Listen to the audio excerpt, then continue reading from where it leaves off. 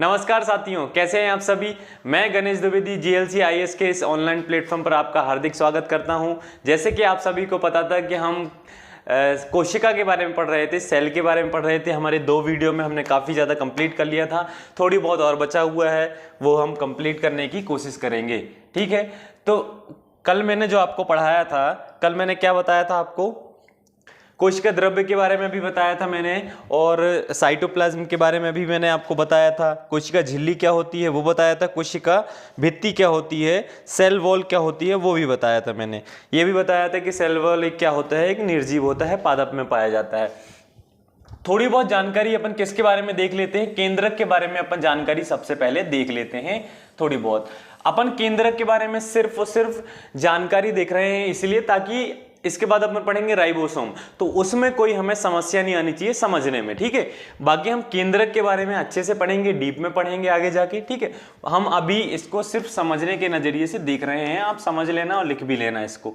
कोशिका के जीव द्रव्य में वह मुख्य भाग जो आकार में गोला, अंडाकार, घने गहरे रंग की रचना में, जिसे केंद्रक कहते हैं। ठीक है, कैसा होता है, गोलाकार होता है, अंडाकार के समय इसकी रचना होती है। ठीक है,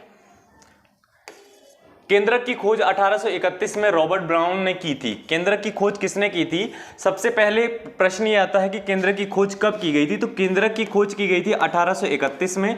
किसके द्वारा की गई थी, तो ये आपको बताना है कि ये भैया की गई थी किसके द्वारा, रॉबर्ट ब्राउन के द्वारा की गई थी ये। ठीक है दोस्त, किसके द्वारा की गई थी, ये रॉबर्ट ब्राउन के द्वारा की गई थी।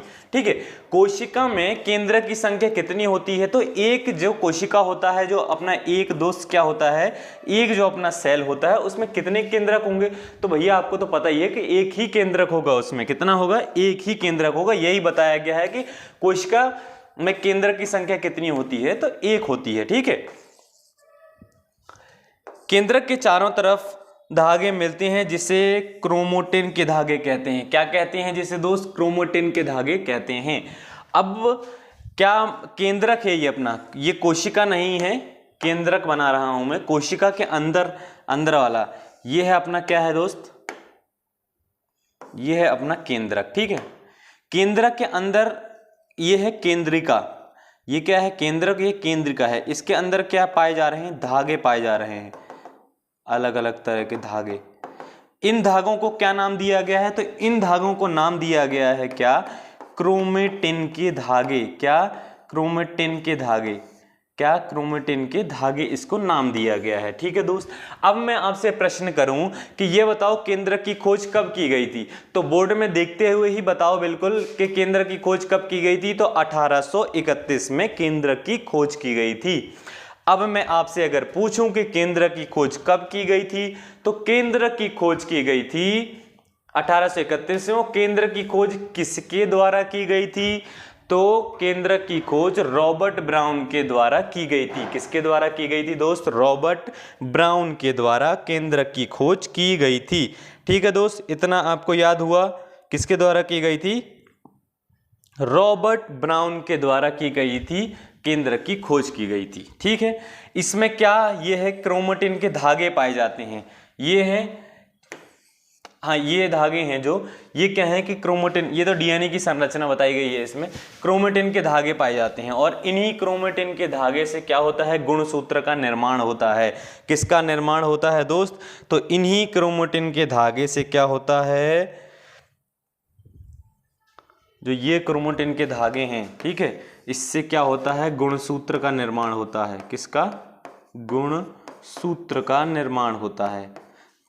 इन्हीं क्रोमेटिन के धागों से क्या होता है, गुणसूत्र का दोस्त निर्माण होता है, और इन गुणसूत्र को क्या बोलते हैं अपन, क्रोमोसोम भी बोलते हैं। और जो अपना डीएनए होता है वो इन्हीं धागों से मिलकर डीएनए बनाया जाता है। किन धागों से मिलकर, इन्हीं धागों से मिलकर किसका निर्माण किया जाता है, तो इन्हीं धागों से मिलकर डीएनए का निर्माण किया जाता है दोस्त। क्या किया जाता है, अब मैं आपसे फिर से रिपीट करना चाहूंगा, आप एक बार फिर से रिपीट करना मेरे साथ कि केंद्रक के चारों तरफ क्या धागे पाए जाते हैं, उन धागों को क्या बोलते हैं, तो क्रोमेटिन के धागे उनको बोला जाता है। और इन्हीं क्रोमेटिन के धागों से मिलकर किसका, गुणसूत्र का निर्माण किया जाता है। किसका निर्माण होता है, गुणसूत्र का, जिसको क्या बोलते हैं अपन, क्रोमोसोम भी बोलते हैं, ठीक है, क्रोमोसोम बोलते हैं। और यही क्रोमोसोम मिलकर क्या करता है, डीएनए का क्या करता है, निर्माण करेगा। किसका निर्माण करेगा, ये डीएनए का निर्माण करेगा दोस्त अपना, ठीक है।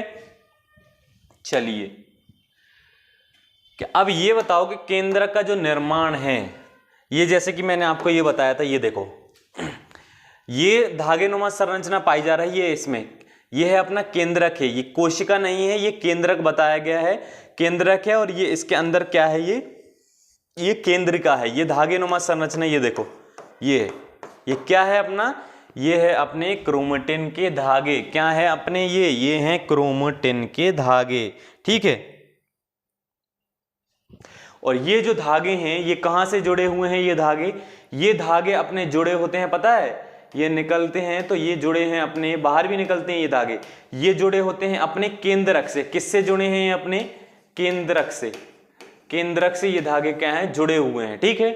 केंद्रक से ये धागे जुड़े हुए हैं और इन्हीं धागों से एक पदार्थ निकलता है जिसको क्या बोलते हैं अपन, जिसको बोलेंगे अपन क्या दोस्त, जिसको बोलते हैं अपन राइबोसोम। राइबोसोम यहीं से निकलता है, केंद्रक से निकलता है कि केंद्रिका से निकलता है, तो ये निकलेगा अपना कहां से, केंद्रिका से निकलता है। कहां से निकलेगा, ये अपना केंद्रिका से निकलेगा दोस्त, ठीक है। राइबोसोम जो क्या करता है, अंतःप्रदब्बी जालिका में फंस जाएगा। ये कहां से निकलता है, अपना केंद्रिका से निकलेगा, फिर क्या करेगा, ये अंतःप्रदब्बी जालिका में क्या करेगा, ये फंस जाएगा, अंतःप्रदब्बी जालिका में फंस जाएगा। और अंतःप्रदब्बी जालिका कुछ इस तरह से होती है, देखो सेम नहीं बना होगा, मतलब मान लो कि कुछ इस तरह से संरचना होती है जो क्या होती है, सिकुड़ती और मुड़ती रहती है, जिसमें क्या रहता है, यहाँ स्पेस खाली रहता है। अब यहाँ क्या आ जाएगा अपना, यहाँ आ जाएगा राइबोसोम, ठीक है। और जब ये सिकुड़ेगा फूलेगा, सिकुड़ेगा फूलेगा, जब ये सिकुड़ेगा तो क्या होगा, राइबोसोम पिस जाएगा और इस राइबोसोम से किसका क्या निकलेगा, अंदर प्रोटीन निकलेगा। इस राइबोसोम से क्या निकलेगा, इस राइबोसोम से, इस राइबोसोम से निकलेगा प्रोटीन अपना, ठीक है। ये आया समझ में, इतना समझाना था। अब ये देखो आप अपन की जो केंद्रक है इसका निर्माण कैसे होता है, केंद्रक का निर्माण कैसे किया जाता है, इसके बारे में अपन देखेंगे, ठीक है। तो केंद्रक में पाया जाएगा अपना क्या, केंद्रक में तो प्रोटीन भी पाया जाएगा। क्या सबसे पहले पाया जाएगा अपना क्या, प्रोटीन, प्रोटीन पाया जाएगा अपना केंद्रक में, ठीक है। और दूसरा अपना क्या पाया जाएगा, फॉस्फोलिपिड पाया जाएगा अपना क्या, फॉस्फोलिपिड पाया जाएगा अपना, ठीक है। और तीसरा क्या पाया जाएगा अपना, डीएनए पाया जाएगा। चौथा क्या पाया जाएगा अपना, आरएनए पाया जाएगा, ठीक है। क्या पाया जाएगा अपना, पहला प्रोटीन पाया जाएगा, दूसरा फॉस्फोलिपिड पाया जाएगा और तीसरा पाया जाएगा डीएनए, चौथा पाया जाएगा आरएनए। आरएनए जो पाया जाएगा वो कितना होगा, 5 से 3%, 2% से लेके 3% तक पाया जाएगा अपना, ठीक है। और जो डीएनए पाया जाएगा वो कितना पाया जाएगा, 10% तक। और ये पाया जाएगा अपना 3% से 5% तक पाया जाएगा क्या, फॉस्फोलिपिड। सबसे अधिक मात्रा में जो पाया जाएगा वो क्या पाया जाएगा अपना, प्रोटीन पाया जाएगा दोस्त। क्या पाया जाएगा, सबसे अधिक मात्रा में अपना प्रोटीन पाया जाएगा, ठीक है।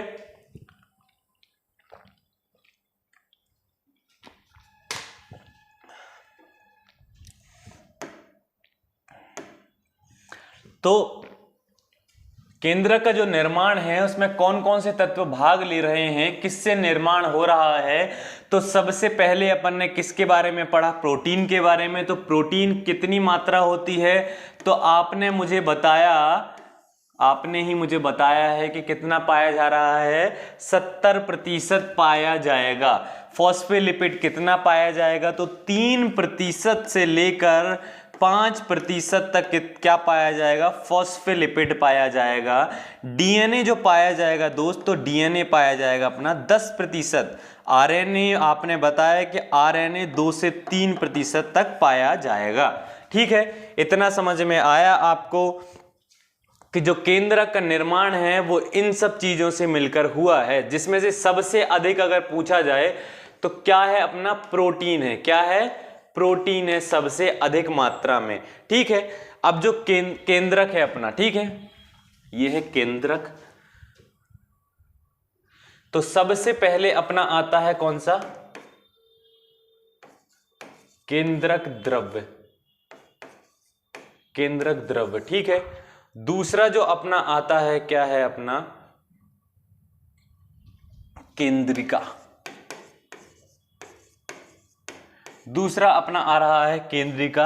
ये क्या है अपना, केंद्रक द्रव्य है। ये क्या है अपना दोस्त, केंद्रक द्रव्य है।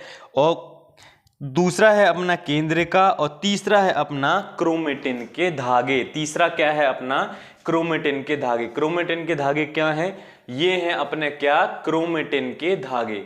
पहला जो ऊपरी परत बताई है क्या है, क्रोमेटिन के धागे। ये क्या है अपना, क्रोमेटिन के धागे।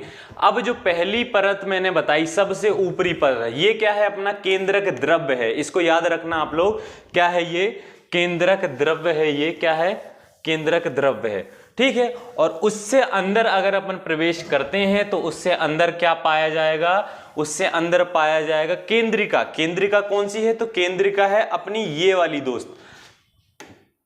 कौन सी है केंद्रिका, तो केंद्रिका है अपनी ये।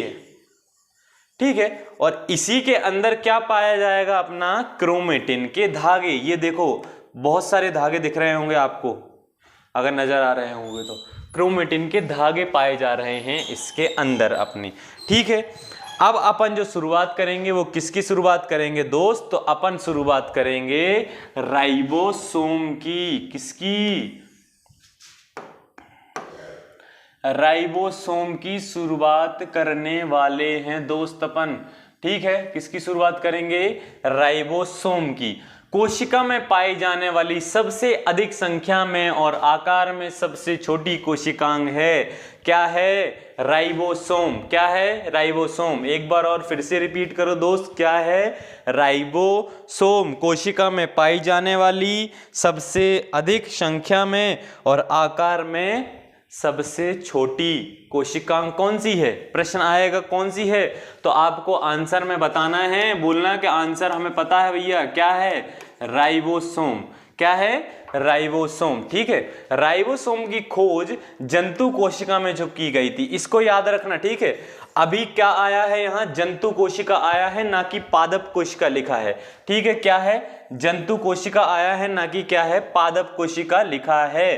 तो राइबोसोम की खोज जंतु कोशिका में कब, 1955 में। पहले किसके द्वारा की गई थी, तो ये की गई थी पैलाडे के द्वारा। किसके द्वारा की गई थी, पैलाडे के द्वारा की गई थी। ये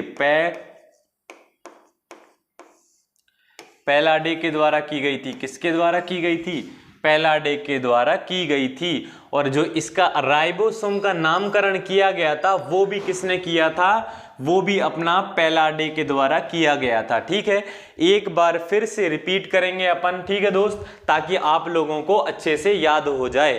ठीक है, तो ये बताओ कि सबसे अधिक मात्रा में तथा सबसे छोटा कोशिकांग कौन सा है, तो सबसे अधिक मात्रा में राइबोसोम और सबसे छोटा कोशिकांग कौन सा है, राइबोसोम। ठीक है दोस्त, पहला वाला पॉइंट याद हुआ आपको, सबसे छोटा कौन सा है, राइबोसोम, सबसे अधिक मात्रा में भी राइबोसोम है। राइबोसोम की खोज जो है जंतु कोशिका में किसने करी थी, तो आपको ये बताना है कि ये करी थी किसने, ये करी थी अपना पैलाडे ने। और कब करी थी, ये करी थी अपना 1955 में। किसने, ये बताओ, जंतु पैलाडे ने जो खोज करी थी वो किसमें करी थी, जंतु कोशिका थी दोस्त या पादप कोशिका थी, तो आपको बताना है कि जंतु कोशिका में की गई थी इसकी खोज। अब मैं आपसे अगर पूछूं कि इसकी खोज कब की गई थी, तो इसकी खोज आपको बतानी है कि 1955 में की गई थी। कब की गई थी, एक बार और बोलो, कब की गई थी, हाँ 1955 में की गई थी। ठीक है, पादप कोशिका की खोज करने वाले कौन से थे, रॉबर्ट ब्राउन थे 1955 में। कौन थे, 1953 में रॉबर्ट ब्राउन्स, और रॉबिन्स थे, रॉबर्ट ब्राउन थे और कौन थे, रॉबिन्स थे। कब की गई थी, ये किसमें की गई थी,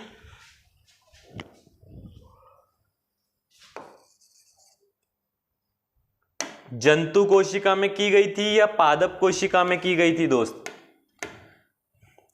ये पादप कोशिका में की गई थी। ये किसके द्वारा की गई थी? रॉबिन्स के द्वारा की गई थी। और क्या की गई थी? रॉबर्ट ब्राउन के द्वारा की गई थी। रॉबर्ट ब्राउन के द्वारा ये क्या किया गया था दोस्त, ठीक है। अब आपको कंफ्यूज नहीं होना है। सबसे पहले तो इन दोनों पॉइंटों को रट लो, ग्लास में भर के बिल्कुल पी लो इन दोनों पॉइंटों को, ठीक है। राइबोसोम की खोज जंतु कोशिका में किसने करी थी? तो राइबोसोम की खोज जंतु कोशिका में किसने करी थी? पैलाडे ने करी थी। कब करी थी? 1955 में करी थी। पैलाडे ने करी थी। कब करी थी? 1955 में करी थी। पादप कोशिका में खोज करने वाले व्यक्ति का नाम बताओ, वैज्ञानिक का नाम बताओ आप लोग। तो क्या बताओगे नाम? पहले कौन से वैज्ञानिक हैं अपने? रॉबिन्स हैं। पहले कौन से वैज्ञानिक हैं अपने दोस्त? रॉबिन्स हैं। और दूसरे कौन से हैं? रॉबर्ट ब्राउन हैं। रॉबर्ट ब्राउन हैं। अब मैं अगर आपसे पूछूं कि जो पादप कोशिका की खोज की गई थी वो कब की गई थी, कब की गई थी, तो आपको अच्छे से याद है कि इसकी खोज कब की गई थी? 1953 में, 1953 में क्या की गई थी? इसकी खोज की गई थी। किसके द्वारा की गई थी? तो आपने बताया मुझे अभी कि रॉबर्ट ब्राउन के द्वारा की गई थी और रॉबिन्स के द्वारा की गई थी दोस्त, ठीक है। इतना याद हुआ आप लोगों को? ठीक है, चलिए आगे बढ़ते हैं। राइबोसोम का जो निर्माण है वो राइबोन्यूक्लिक अम्ल तथा प्रोटीन से मिलकर होता है। और राइबोसोम है अपना, इसका निर्माण किस तरह से होता है? तो दो तत्व होते हैं इसमें। कौन कौन से? पहला तत्व है अपना कौन सा? राइबोन्यूक्लिक अम्ल है। और दूसरा कौन सा है? अपना प्रोटीन है। इन दोनों से मिलकर क्या होता है? राइबोसोम का क्या होता है दोस्त? निर्माण किया जाता है। राइबोन्यूक्लिक अम्ल का मतलब है अपना क्या? RNA। क्या? RNA, ठीक है दोस्त। तो राइबोसोम का जो निर्माण होता है वो किससे होता है? राइबोन्यूक्लिक अम्ल से होता है और तथा प्रोटीन से मिलकर होता है इसका निर्माण। इसमें दो तरह के तत्व नहीं पाए जाते हैं। ये सबसे आपको याद रखना है, पेपर में आ जाएगा कि राइबोसोम में क्या नहीं पाया जाता है, ठीक है। तो आपको ये दोनों जरूर याद रख लेने कि राइबोसोम में डीएनए नहीं पाया जाता है, ठीक है, और फॉस्फोलिपिड नहीं पाया जाता है डीएनए में। और राइबोसोम में क्या? फॉस्फोलिपिड नहीं पाया जाता है। इसको याद करके रख लो आप लोग बिल्कुल अच्छे से।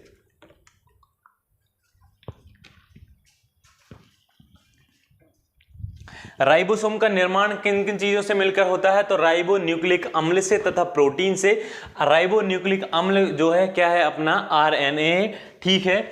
और इसमें जो है डीएनए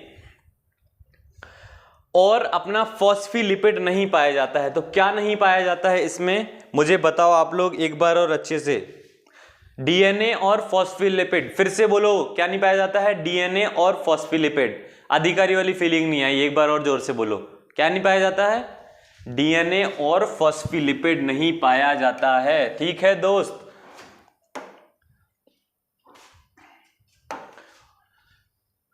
इतना तो आप लोगों को याद हो गया, ठीक है। राइबोसोम माइटोकॉन्ड्रिया और हरित लवक में पाए जाते हैं।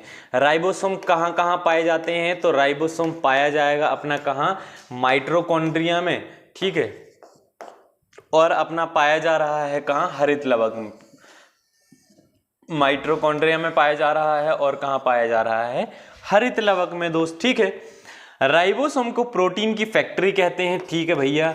राइबोसोम को प्रोटीन की फैक्ट्री कहा जाता है। राइबोसोम का आकार 140 से 160 एंगस्ट्रॉम होता है। अब ये बताओ मुझे, एक एंगस्ट्रॉम कितना होता है? तो आपको बताना है कि एक जो एंगस्ट्रॉम है अपना, उसमें क्या होता है? 10 की घात -10, ठीक है, मीटर ये होता है। इसको नोट कर लेना, ठीक है। राइबोसोम का आकार कितना होता है? 140 से 160 एंगस्ट्रॉम होता है। अब ये बताओ कि एक एंगस्ट्रॉम में कितना पाया जाता है? एक एंगस्ट्रॉम, तो आपको बताना है कि एक एंगस्ट्रॉम 10/-10 मीटर पाया जाता है। कितना पाया जाता है? 10/10 मीटर, 10 की घात 10 मीटर पाया जाएगा, ठीक है। एक बार फिर से रिपीट करो कि राइबोसोम का निर्माण किससे हो रहा है? राइबोन्यूक्लिक अम्ल से हो रहा है दोस्त, ठीक है। और किससे?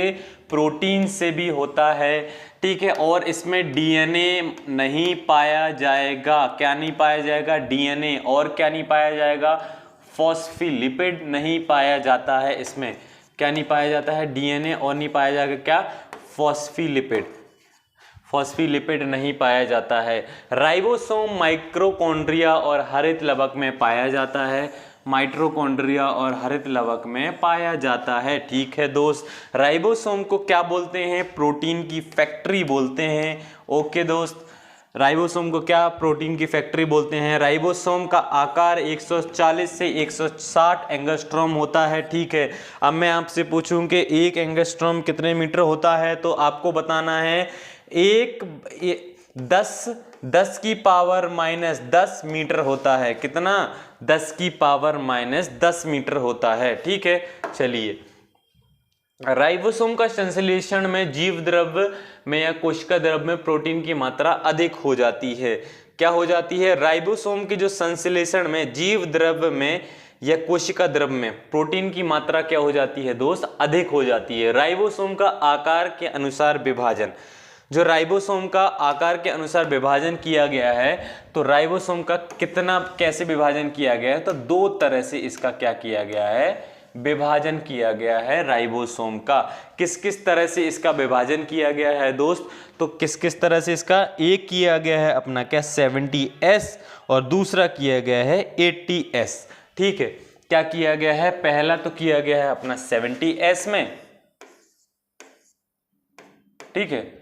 और दूसरा जो किया गया है अपना किस में? 80S में। ये क्या किया गया है? राइबोसोम का क्या किया गया है? विभाजन किया गया है, ठीक है। अपन ने इसका विभाजन कर दिया आकार के अनुसार, ठीक है। 70S में और है अपना क्या? 80S में। राइबोसोम का कैसे कर दिया अपन ने? विभाजन कर दिया। अब जो 70S है वो कहाँ कहाँ पाया जाता है? तो ये अपना पाया जाता है माइटोकॉन्ड्रिया में। कहाँ पाया जाएगा ये अपना? ये पहला तो अपना पाया जाएगा कहाँ? माइटोकॉन्ड्रिया में।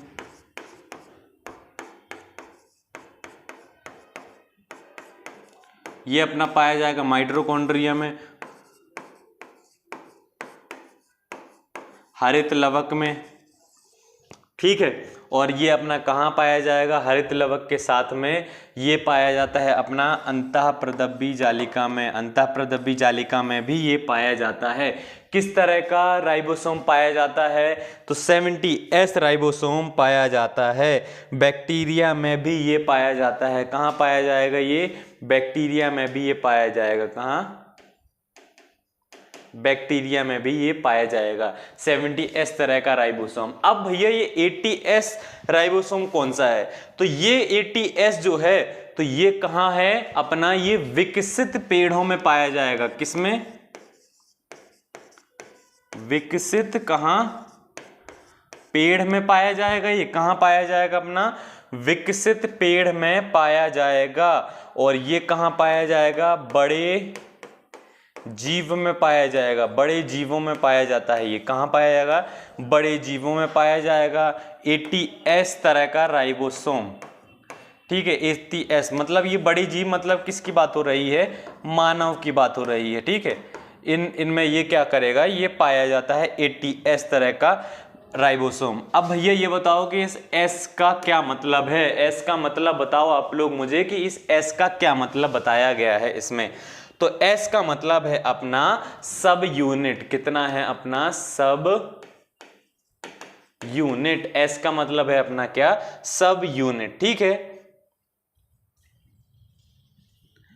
अब ये जो है अपना किसमें? 50 और ये 30 में टूटकर बने हैं 2 तरह से, ठीक है। इनको किया गया है 2 तरह से विभाजित। जो अपना 70S है उसमें 50S प्लस 30S, इन दोनों को मिलकर बनाया गया है ये, ठीक है। और जो अपना 80S है, तो 80S में बताया गया है कि 80S में किया गया है क्या? 80S में किया गया है अपना 50 और क्या? 60 और क्या? 40। कितना किया गया है? 60s, ठीक है, और इसमें 40s। इन दोनों से मिलकर क्या हुआ है, इसका क्या किया गया है, निर्माण किया गया है। अगर किन्हीं कारणों से कोशिका में प्रोटीन का संश्लेषण ना किया जाए तो अमीनो अम्ल का संश्लेषण किया जाएगा। ठीक है, क्या समझे? ये बताओ कि अगर किन्हीं कारणों से प्रोटीन का संश्लेषण नहीं हो पा रहा है, क्या नहीं हो पा रहा है, प्रोटीन का संश्लेषण नहीं हुआ, तो किसका संश्लेषण होगा? तो आपको बिल्कुल ये याद रखना है कि किसका संश्लेषण किया जाएगा। तो ये संश्लेषण किसका किया जाएगा? अमीनो अम्ल का। किसका? अम्ल का। अमीनो अम्ल का संश्लेषण किया जाएगा। किसका किया जाएगा? अमीनो अम्ल का। क्यों? अगर प्रोटीन का संश्लेषण किन्हीं कारणों से नहीं हो रहा है तो किसका संश्लेषण होगा? अमीनो अम्ल का संश्लेषण होगा दोस्त। किसका? अमीनो अम्ल का संश्लेषण किया जाएगा। ठीक है दोस्त, आपको याद हो रहा होगा ये। इसके बाद अपन पढ़ेंगे अंतःप्रदब्बी जालिका। ठीक है, किसके बारे में पढ़ने वाले हैं? अंतःप्रदब्बी जालिका के बारे में दोस्त। ठीक है,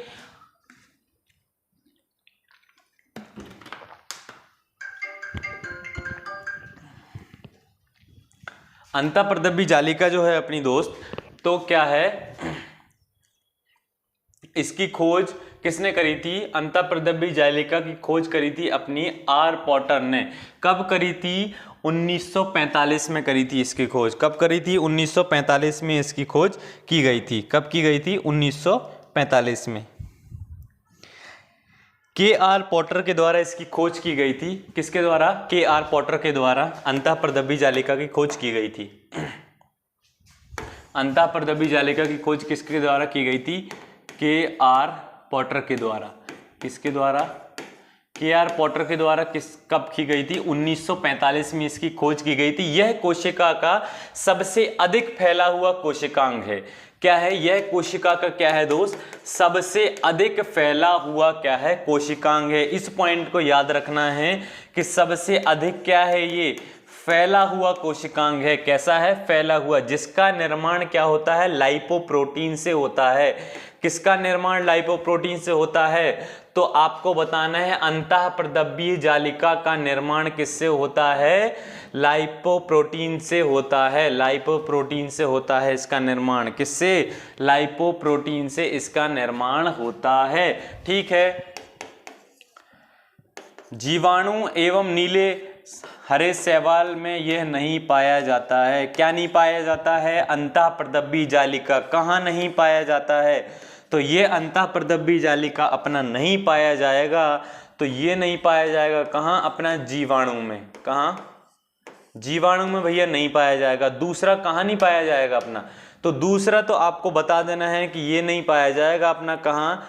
नीले हरे शैवालों में। नीले और हरे शैवाल में यह नहीं पाया जाएगा। कहाँ नहीं पाया जाएगा? तो नीले और हरे शैवालों में ये नहीं पाया जाएगा दोस्त। ठीक है, कहाँ नहीं पाया जा रहा है? नीले और हरे शैवालों में। एक बार फिर से रिपीट करना दोस्त मेरे साथ कि इसकी खोज कब की गई थी? के आर पॉटर के द्वारा 1945 में की गई थी। कोशिका में सबसे अधिक फैला हुआ भाग कौन सा है? तो आपको बताना है अंतःप्रदब्बी जालिका है। कौन सा है? अंतःप्रदब्बी जालिका। इसका निर्माण लाइपोप्रोटीन से होता है। ठीक है, जीवाणु और नीले हरे शैवालों में यह नहीं पाया जाता है। इसे कोशिका का अंतःकंकाल भी कहते हैं। क्या कहते हैं इसे? कोशिका का अंतःकंकाल, एंडोस्केलेटन भी कहा जाता है। इसको क्या बोला जाता है? इसको दोस्त एंडोस्केलेटन। क्या? एंडोस्केलेटन भी इसको बोला जाता है। राइबोसोम की उपस्थिति के आधार पर अंतःप्रदब्बी जालिका को दो भागों में बांटा गया है। कैसे बांटा गया है दोस्त? दो भागों में इसको बांटा गया है। तो अपन जो पढ़ेंगे उसमें पहले भाग के बारे में पढ़ेंगे। तो पहला भाग अपना है सपाट अंतःप्रदब्बी जालिका। कौन सा है? पहला है अपना सपाट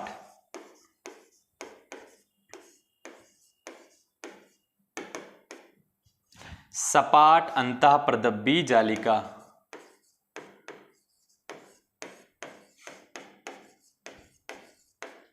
सपाट अंतःप्रदब्बी जालिका के बारे में पढ़ेंगे सबसे पहले तो अपन, ठीक है। तो इसको पहले तो अपने इस भाग में विभाजित किया। तो ये जो सपाट अंतःप्रदब्बी जालिका है अपना, ये क्या है, इसकी बाहरी जो कला है वो कैसी है, बाहरी कला, बाहरी कला कैसी है, सपाट है भैया, कैसी है, सपाट है, ठीक है। और जो दूसरा पॉइंट आएगा इसमें, सपाट है तो इसमें क्या होगा अपना, राइबोसोम की मात्रा नहीं होगी, क्या, राइबोसोम क्या नहीं पाया जाएगा, क्योंकि ये सपाट है तो इसमें क्या राइबोसोम पाया जाएगा, तो नहीं पाया जाएगा इसमें राइबोसोम, ठीक है। और ये क्या है, प्रोटीन का जो संश्लेषण है,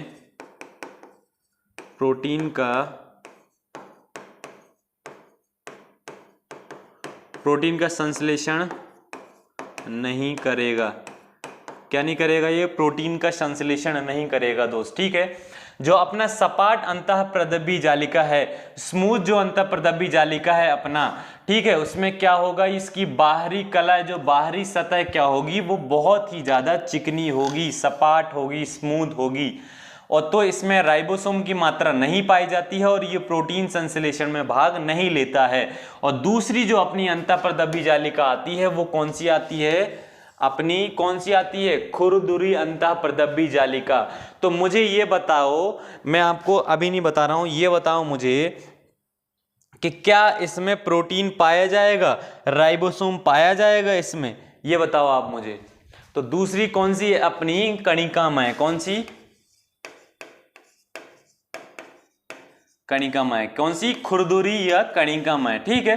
तो इसकी बाहरी परत कैसी होगी, खुरदुरी होगी ना, रफ होगी ना इसकी बाहरी परत, ठीक है। तो इसमें क्या होगा, राइबोसोम पाया जाएगा कि नहीं पाया जाएगा इसमें, जी हाँ दोस्त, इसमें क्या होगा, राइबोसोम की मात्रा, राइबोसोम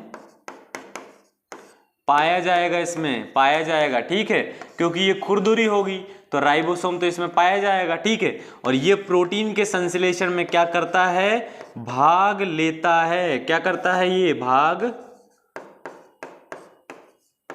लेता है प्रोटीन के संश्लेषण में, ठीक है दोस्त। तो अपन ने अंतःप्रदब्बी जालिका को कितने भागों में विभाजित किया, तो अपन ने तो इसको भैया दो भागों में विभाजित कर दिया, एक तो सपाट है और दूसरी क्या, खुरदुरी है, दूसरी है अपना क्या, खुरदुरी या फिर कणिकामय राइबोसोम, जिसमें कणिकामय में क्या है, राइबोसोम पाया जा रहा है, और जो सपाट है अपना, इसमें क्या है, बाहरी कला सपाट है इसकी, तो इसमें राइबोसोम नहीं पाया जाएगा।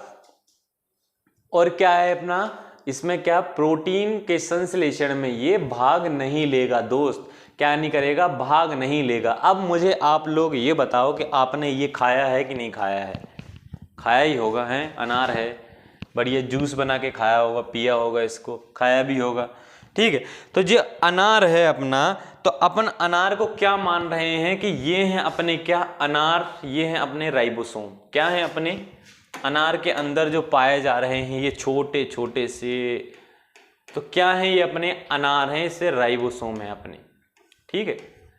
तो जो राइबोसोम है अपना, तो राइबोसोम को अपन ने किस में डाला, अपन ने डाला राइबोसोम को इसमें, ये जूसर में। तो यहां से क्या निकलेगा अपना, यहां से तो अपना निकलने वाला है क्या, अनार का जूस, ठीक है। और यहां से जो निकलेगा अपना वो क्या निकलेगा, वो निकलेगा अपना क्या, कचरा निकलेगा, ठीक है, कचरा निकलेगा। और ये कचरा क्या है, ग्लाइकोप्रोटीन है और लाइकोप्रोटीन है, क्या है अपना ये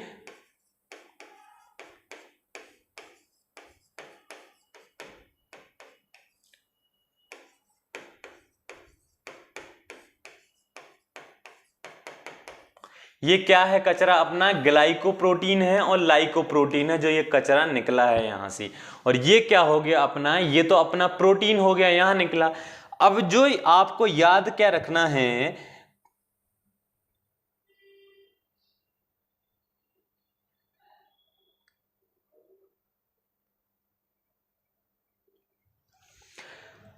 ये अपना निकल आया क्या, अपना प्रोटीन निकल आया दोस्त, ठीक है। जो अपना लाइकोप्रोटीन है और ग्लाइकोप्रोटीन है, इसको ठिकाने कौन लगाएगा, तो इसको ठिकाने लगाने का कार्य करेगा अपना कौन, तो इसको ठिकाने लगाने का कार्य अपना कर रहे हैं कौन, लाइसोसोम।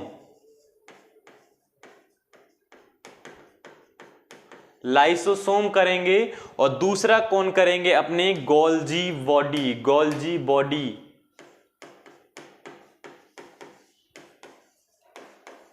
कौन करेगा, गोल्जी बॉडी इसको क्या करेगा, ठिकाने लगाने का कार्य करेगा। इनको माना अपन ने क्या, प्रोटीन। राइबोसोम, राइबोसोम का अपन ने भेजा इधर और ये क्या हुए, पिस गए। इससे क्या हुआ, प्रोटीन निकला यहां से। अब ये बताओ, प्रोटीन निकला तो कुछ ना कुछ तो कचरा भी निकला होगा, तो उस कचरे को ठिकाने लगाने का कार्य कौन कर रहा है यहाँ पे, तो उस कचरे को अगर कोशिका के अंदर अपन बात करें तो उसको नाम दिया गया है क्या, ग्लाइको और लाइको प्रोटीन, ठीक है।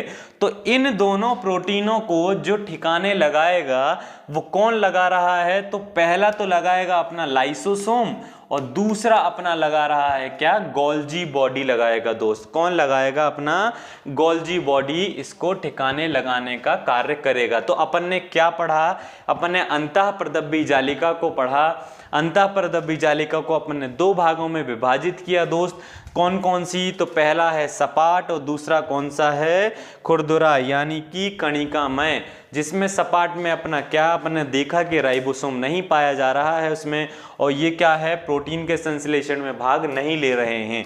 और कणिकामय है जो अपना, जिसमें राइबोसोम पाया जा रहा है और प्रोटीन के संश्लेषण में क्या है, भाग ले रहे हैं दोस्त, ठीक है। तो आज के लिए अपन इतना ही करते हैं और कल अगली वीडियो में मिलेंगे दोस्त। तब तक के लिए अपने ध्यान रखें। जय हिंद।